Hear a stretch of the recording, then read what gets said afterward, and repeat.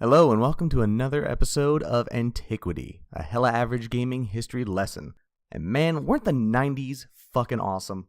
I mean, we had the Disney Afternoon, two amazing Ninja Turtles movies, and of course, we had some of the best video games around, with my personal favorite system of all time being the Super Nintendo. But whether or not you had the SNES, the Sega Genesis, or even the Neo Geo, man, gaming in the 90s was awesome. Was that? You've never heard of the Neo Geo? Well, I wouldn't blame you. But to find out about this amazing, yet unfortunately failed console, we have to travel back to that magical period of the 90s. You see, back then in the 90s, we had this thing called an arcade, in which if you wanted to play amazing games way beyond anything you could get at home, you had to get your ass out to a mall or a skating rink and go play in these gigantic wood cabinets that had amazing games like Street Fighter or NBA Jam, with graphics and sound beyond anything we could possibly imagine. However, as great as these gaming cabinets were, they were rather expensive to make, and so you didn't get too many out there. You go into most arcades and you would find Street Fighters, a lot of Galagas, a lot of Final Fights. However, there was one company out there called SNK who had a brilliant idea. You see, the average arcade cabinet was just a monitor with a CPU that would have just one game on it. However, SNK had the brilliant idea in which they would make generic video game cabinets with the SNK logo, but instead of just having one CPU on board, they instead decided to have multiple slots, and these slots could have cartridges in it, very much like video game consoles. And what they would do is they would take 3 to 4 different cartridges and put them into a single arcade machine. This way, gamers could then choose between a number of different games for a single cabinet. Not only did this save space in the arcades, but it reduced cost of manufacturing different arcade games. This was such a brilliant idea that SNK decided to make this into a console. Initially, was only going to be for rental in Japan, or was also going to be used in hotels so that people could play arcade games in their own room. However, these proved to be extremely successful, and customers wanted to buy them themselves. SNK was at first a little bit hesitant, as the video game market was pretty decidedly in the hands of both Nintendo and Sega at the time, but decided to throw their hat into the ring. And so, on April 27th, 1990, they released the first 24-bit system, the Neo Geo. And man, was the Neo Geo a very powerful system.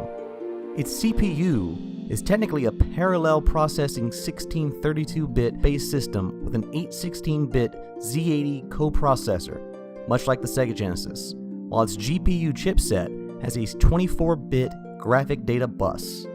The RAM inside the system was at the time a 214 kilobyte SRAM, with a main 68,000 RAM of 64 kilobytes. Video RAM was 84 kilobytes. This was the only console at the time that was able to play arcade-perfect replications of video games.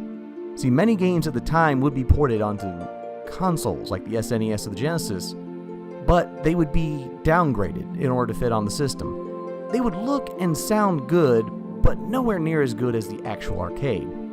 The Neo Geo, however, unlike these other home consoles, was actually an arcade system for home use. This meant the games looked and sounded exactly like they did in the arcades, and they were incredible.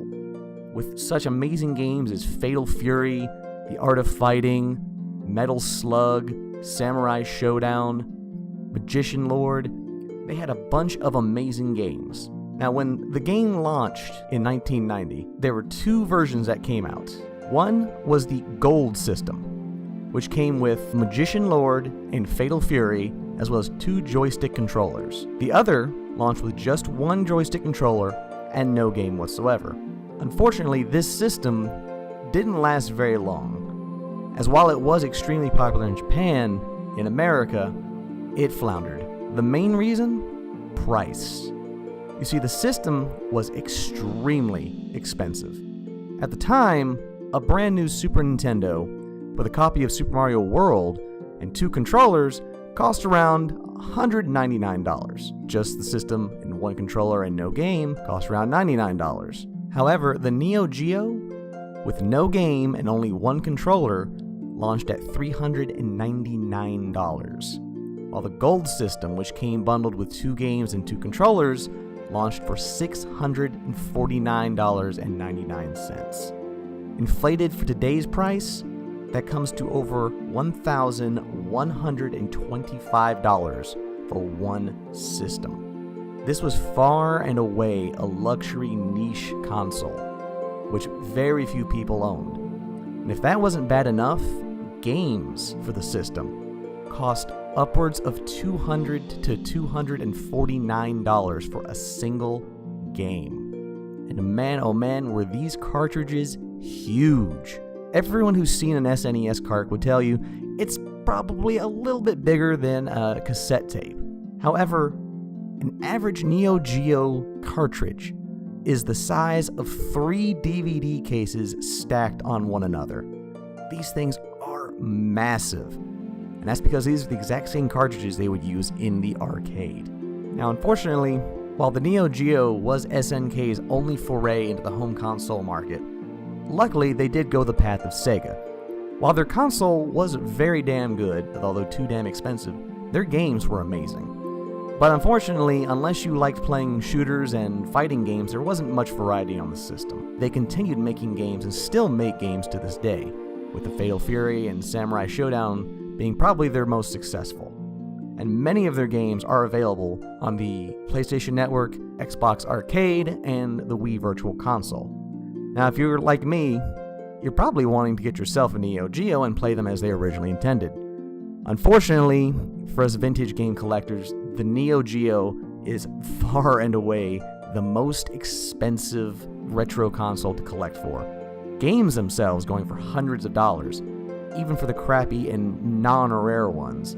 The console itself is easily can set you back over $1,000. And the most expensive game going for well over $1,000. So unfortunately, if you want to play you some Neo Geo, you're going to have to go for either downloading those games off of the virtual consoles or the dreaded E that we do not speak of. I, for one, always wanted a Neo Geo as a kid, but I could never afford one. I know sure as hell my parents weren't going to shell out $700 to $1,000 for a video game console at the time.